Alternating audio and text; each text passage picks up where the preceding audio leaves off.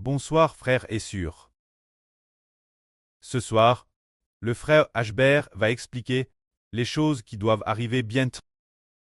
Quand nous lisons la Bible et qu'elle nous est ouverte par le précleste, nous comprenons ce que Dieu, à travers les prophètes de l'Antiquité, a transmis comme devant arriver. Et nous pouvons le comprendre. Il y avait autrefois un roi, nommé Nebuchadnezzar. Ce roi vivait à l'époque du prophète Daniel. Cette époque, Daniel fut emmené captif.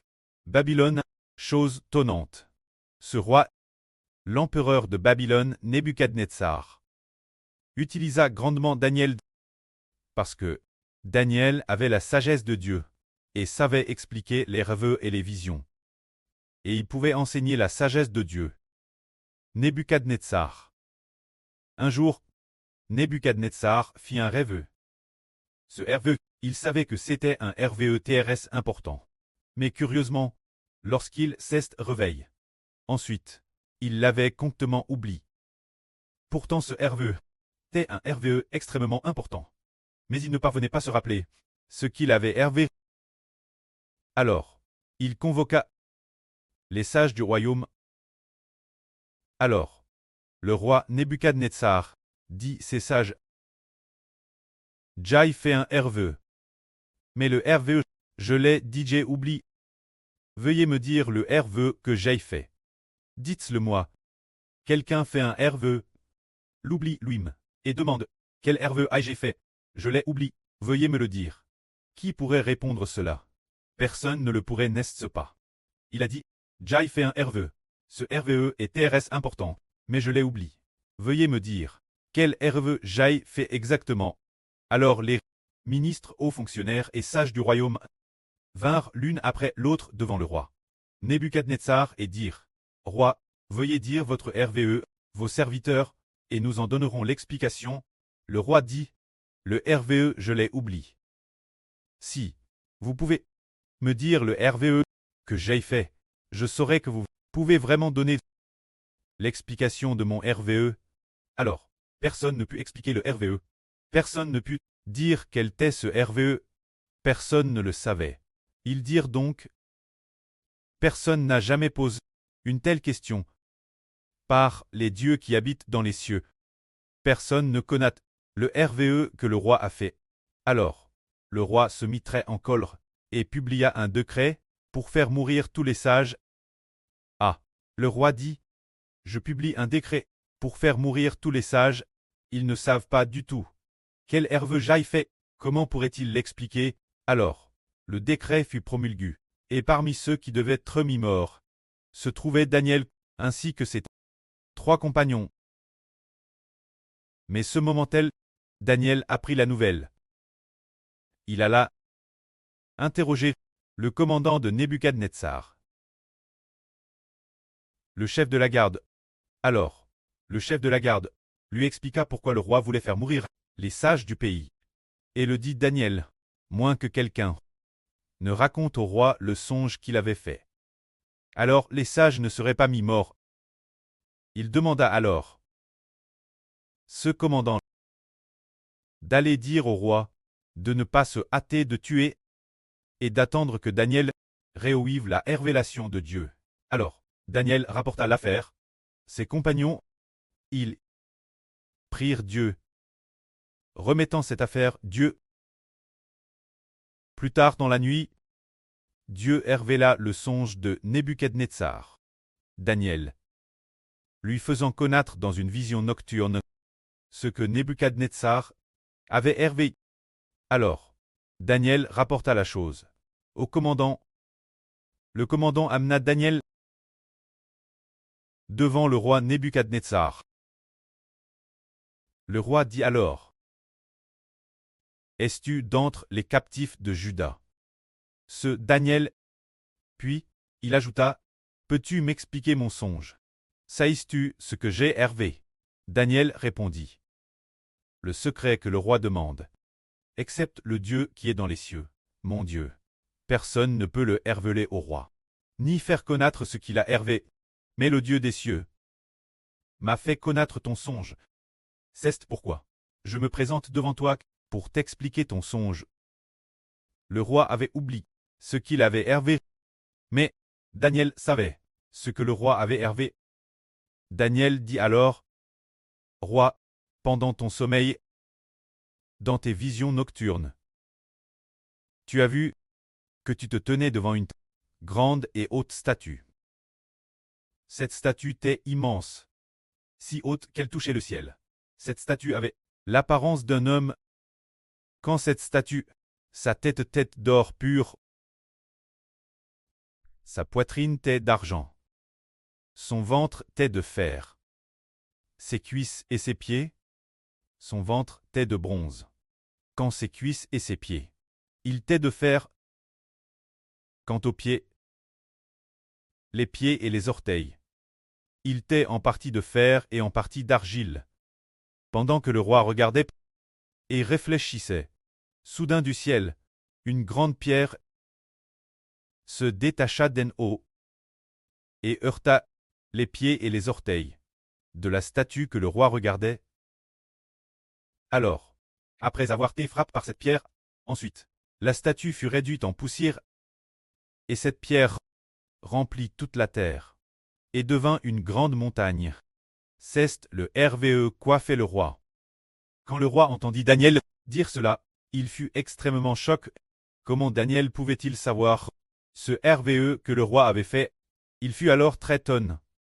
Et soudain, il se souvint aussi du RVE qu'il avait fait. Ce moment-là, Daniel s'apprêta à interpréter le RV pour le roi, en disant « Roi, maintenant je vais vous donner l'explication. Le RVE que vous avez fait, la tête de cette statue gante, la tête faite d'or, c'est le roi Nebuchadnezzar. C'est l'empire babylonien. Voûtez cette tête d'or. Avant vous, personne n'a été aussi puissant que vous.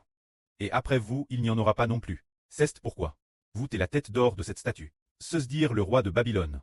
Nebuchadnezzar, qui est la tête d'or de cette statue. Puis Daniel dit encore. Quant au bronze, la partie en bronze de la poitrine, faites référence à un royaume futur, un royaume venir. Ce royaume, c'est l'empire Medo-Perse. Mais, l'empire Medo-Perse, n'est-ce pas aussi puissant que l'empire babylonien du roi? C'est dire que Babylone, cela signifie quoi pris? La chute de Babylone, il y aura, l'empire perse qui dominera le monde. Mais après l'empire Medo-Perse, apparaîtra, l'empire grec. Mais après l'empire grec, il y aura un autre royaume, un royaume fort comme le fer, les jambes, les pieds, les jambes et les pieds sont en fer. Tout comme le fer, qui coupe le fer comme de l'argile. Ce royaume sera fort comme le fer. Ce royaume, l'époque, on ne savait pas que c'était la Russie d'aujourd'hui. Mais Daniel savait qu'il y aurait un royaume fort comme le fer. La Russie est forte comme le fer. Quant aux pieds et aux orteils, la partie en partie de fer et en partie d'argile. Cela signifie que cette Russie de fer va se diviser l'avenir. Se diviser en un royaume en partie de fer et en partie d'argile. C'est dire que la Russie divise. Et après cela, c'est de nouveau allié, l'alliance devenant un royaume en partie de fer et en partie d'argile. Tout comme l'argile et le fer sont MLS, mais bien que MLS, ils ne s'unissent pas l'une l'autre.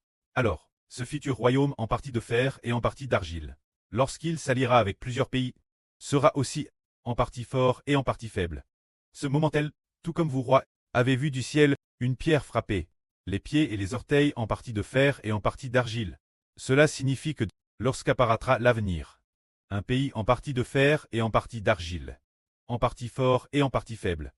Ce pays allie avec plusieurs nations, lorsqu'il apparaîtra. Le Dieu des cieux établira dans les cieux un royaume qui ne sera jamais détruit. Ce royaume ne passera pas sous la domination d'un autre peuple. Au contraire, ce royaume brisera et anéantira tous ces royaumes. Et Louim remplira toute la terre. C'est le songe quoi fait le roi. Alors, le roi Nebuchadnezzar fut extrêmement choqué et tomba immédiatement sur sa face devant Daniel, puis il ordonna qu'on offre de grands présents Daniel. C'est ce que Nebuchadnezzar a vu en songe. Se dire le livre du prophète Daniel, le contenu du chapitre 2. Aujourd'hui, le frère Eshber va parler de dans le RVE du roi Nebuchadnezzar. La partie des jambes de fer et des pieds.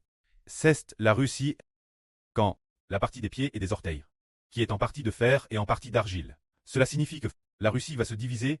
Après sa division, elle s'alliera certainement avec plusieurs pays. Alors, les nations alliées avec elle sont l'argile. Alors, les pays alliés avec elle sont l'argile. Et le fer reste la Russie du Nord, le nord de la Russie. Se dire la Russie du Nord. Alors, tout comme la Russie, avant de se diviser et avant le règne de Poutine, était forte comme le fer. Avant que la Russie ne soit divise, sous le règne de Poutine, elle était forte comme le fer. Au début pour Poutine, la Russie était un pays terrestre faible. Mais quand Poutine est arrivé au pouvoir, elle est devenue terrestre puissante. Capable de rivaliser avec le Royaume-Uni et les États-Unis. De rivaliser directement avec le Royaume-Uni et les États-Unis. Les États-Unis n'osaient pas non plus branler la Russie. C'est durant le règne du président Poutine que Poutine a appelé Poutine le Grand. C'est pourquoi, dans le passé, les anciens présidents américains n'osaient pas branler la Russie, ni provoquer la Russie. Cela signifie que la Russie, cette époque, sous le règne de Poutine, était forte comme le fer. Mais après que Poutine sera décédé, la Russie va se diviser. Après sa division, elle s'alliera à nouveau après de nombreuses années. Après la division, la Russie du Nord avec la Russie du Nord, sa tête, s'alliera à nouveau avec plusieurs pays, devenant un royaume en partie de fer et en partie d'argile. Au moment où la Russie se divisera et s'alliera à nouveau avec plusieurs pays, l'Éternel Dieu établira dans les cieux un royaume qui ne sera jamais détruit.